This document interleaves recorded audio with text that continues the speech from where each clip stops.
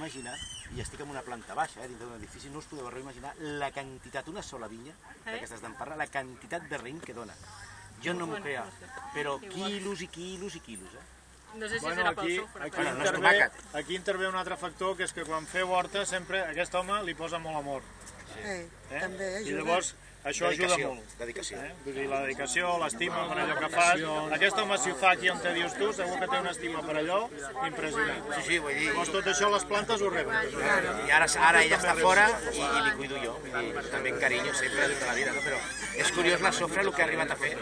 El sofre, això sí, aneu amb cuidado perquè és irritant, si sues pica tot, és difícil de tirar. El problema del sofre és que igual et trobes una mica malament després, vull dir, això ho en compte la gent que té problemes respiratoris o anar protegits perquè realment el sofre no és una... Bueno, trobes una mica molt... I es tira abans que surti el sol, no? Vull dir, jo el que li dic sempre al matí... La rosada, aprofitem la rosada perquè se'n quedi, perquè s'enganxi. Perdó, hi ha una altra cosa que posen al paquet de sobre, que s'ha de ser, que no es pot utilitzar per conservar els tomàquets. Ja, això... Ho heu llegit, això? Ah, no? No. És una pràctica, però jo no sé perquè no ho faig mai. I la gent que ven tomàquets no ho sé. Aquí es tira abans que la Si és un tomàquet de penjar no té per què posar-se sofre, perquè pràcticament, si no té un problema afegit del que sigui, el tomàquet, doncs en principi es conserva. En algun lloc s'ha vist inclús per la tele que... Quan li surt la tuta, què se li ha de posar? Bueno, això ja és una pràctica que és el primer any, bueno, explica-ho tu, Bàrbara, que Estava parlant amb aquest senyor abans. A veure, a la tuta se li ha donat molt de bombo. En el 2006 va aparèixer la tuta, va vindre de Sud-amèrica, se li va donar molt de bombo des de la Generalitat. No és un problema. El problema és l'oruga del tomàquet de tota la vida. Aquesta sí és un problema. La tuta no és un problema tranquil, perquè a vegades la tuta només menja fulla i no va al tomàquet. A vegades no va. Que el pique, surt aquella cosa negra que el pique i queda tot forat negre. Si és un forat gros, és heliotis. Si és un forat petit en el peciol, que seria aquí, és tuta.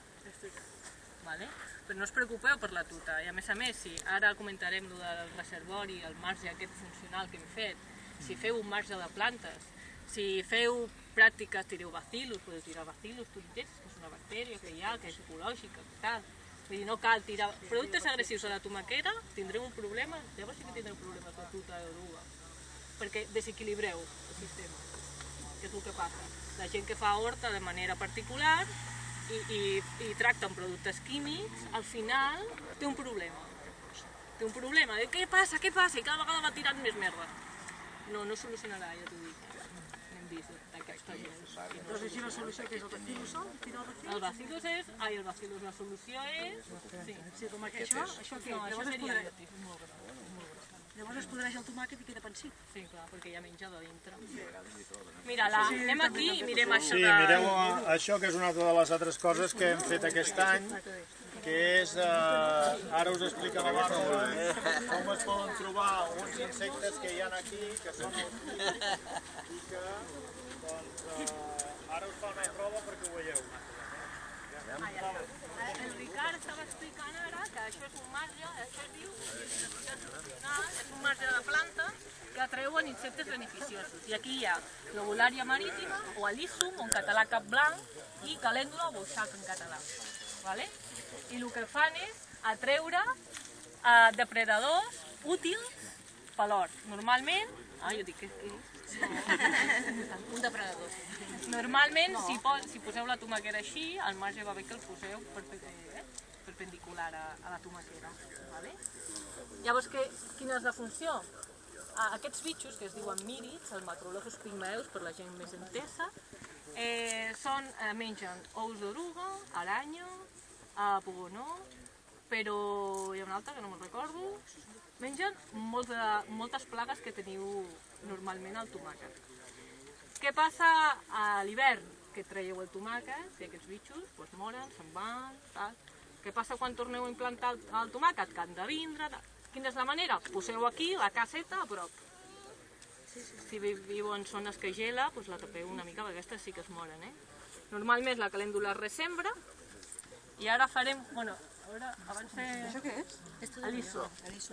Llavors, el que es fa, per mirar si teniu mírits, si no els podeu veure amb facilitat, el que es fa es diu un frapeig, que és donar 3 cops a la planta, jo m'he inventat aquest sistema. Passa que aquesta planta em penso que l'ha frapejat abans, però bueno, a veure si n'hi ha. La mosqueta blanca. Mírits, estem trobant mírits. I ara us ho passeu i veureu al pot uns bitxos de color verd, aquest és el que interessa a l'hort, ¿vale? Això també s'afavoreix col·locant les plantes de tabac. Després, quan doneu voltes, mireu les plantes de tabac i veureu aquest bitxo. I així, per si algú li queda que no acaba de quedar-se amb la imatge, llavors el passo, no sé, i mireu, agafeu No tots els bitxos són malos, són dolents. En general, mírid. ¿Vale? Llavors, hi ha un bitxo verd? Sí. Veus que hi ha un bitxo verd? Sí. Aquest és el que interessa a l'hort. Si passeu per ahí, la gent anirà i ho agafarà. Sí.